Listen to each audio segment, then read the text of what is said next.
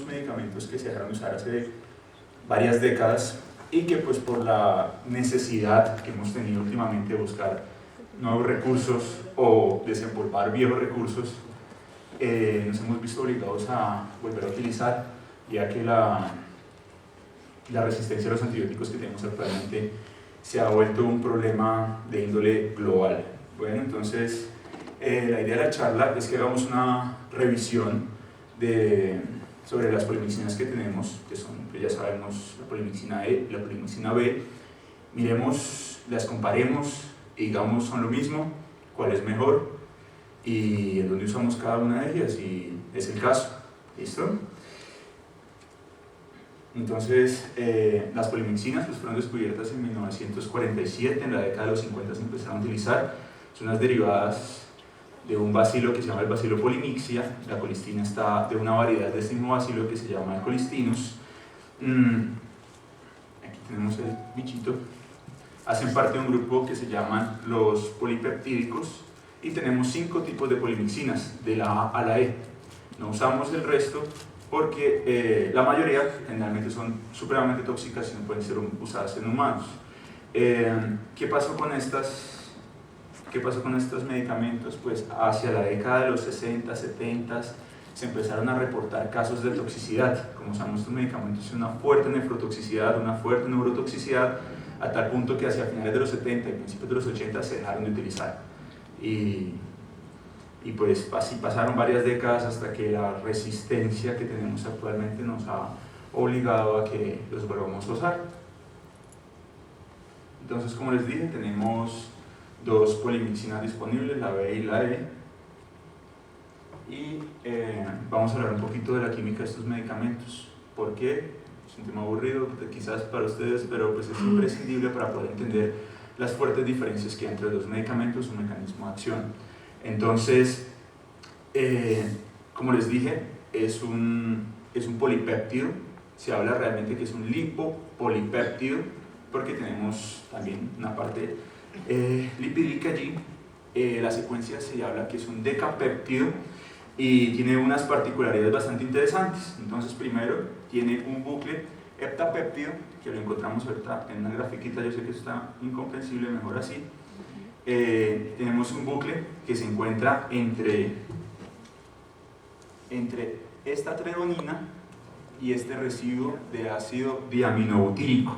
Entonces tiene una importancia muy grande ese bucle, y ahorita lo vamos a ver. Tiene 5 residuos de ácido diaminobutírico que hace parte de su mecanismo de acción.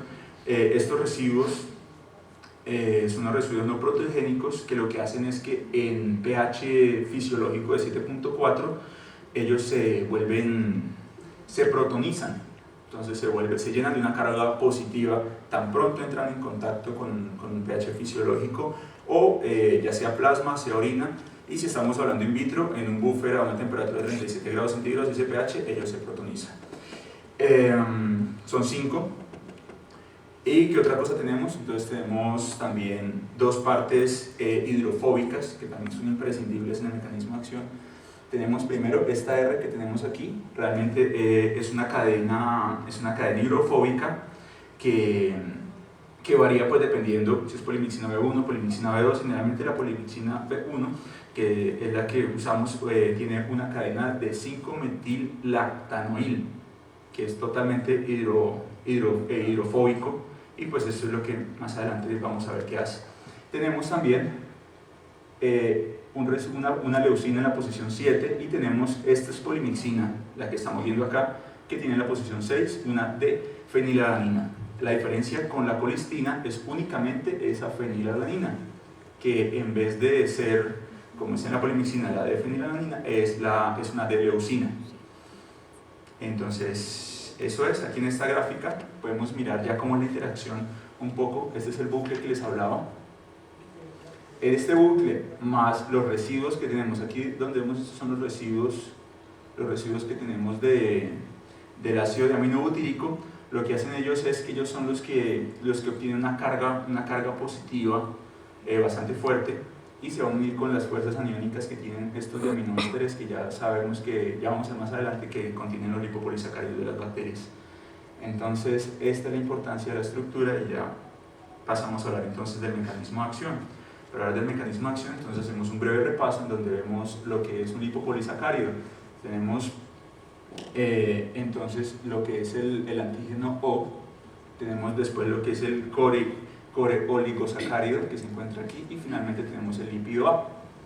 Es de importancia esto. El lípido A funciona en el lipopolisacárido como un ancla para la membrana. Entonces es altamente, pues como es un lípido, es altamente lipofílico y va a servir como ancla a la membrana celular de la bacteria.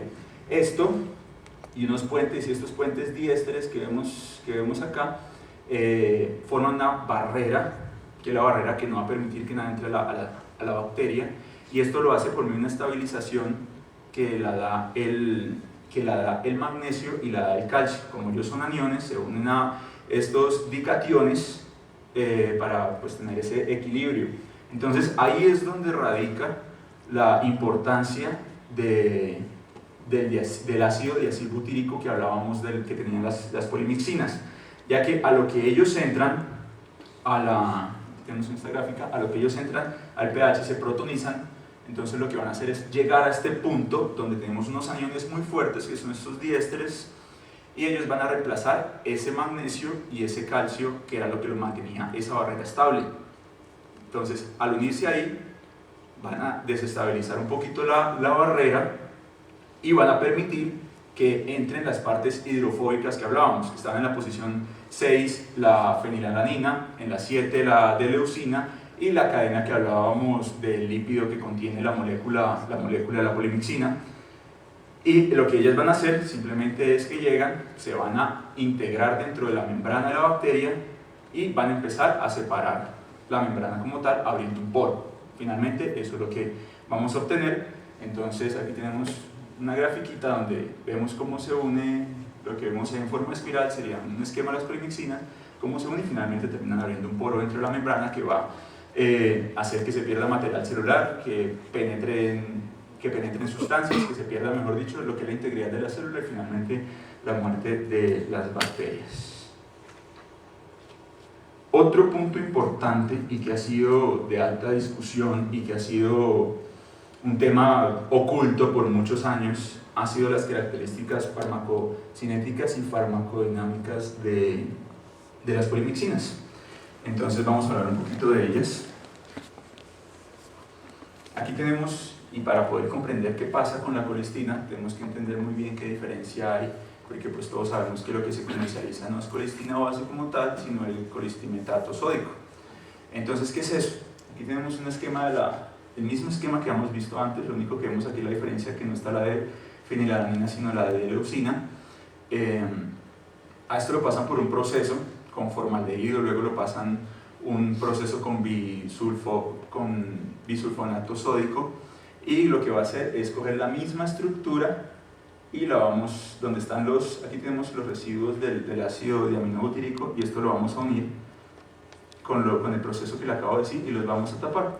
Finalmente vamos a obtener una estructura química totalmente diferente, que lo que va a ayudar que es que la colistina tenía una vida media muy corta, la colistina tiene una toxicidad muy alta, entonces con este colistin metansulfonato sódico o el colistimetato, que es lo mismo sódico, estamos ayudando un poco a mejorar en teoría su farmacocinética. Pero ¿qué pasa con este colistimetasulfonato sódico? Es una sustancia que es bastante inestable, tan pronto entra en presencia de plasma o entra en presencia de orina, o como les decía, un buffer en condiciones fisiológicas, él inmediatamente se va a hidrolizar, va a perder esto y se va a volver colistina. Pero entonces esto sucede tan rápido y en estas condiciones que nos van a traer unas series cosas que hay que tener en cuenta. Entonces aquí tenemos un perfil farmacocinético de las tres sustancias. Los estudios con colistimetato no se tienen en cuenta, no es mucho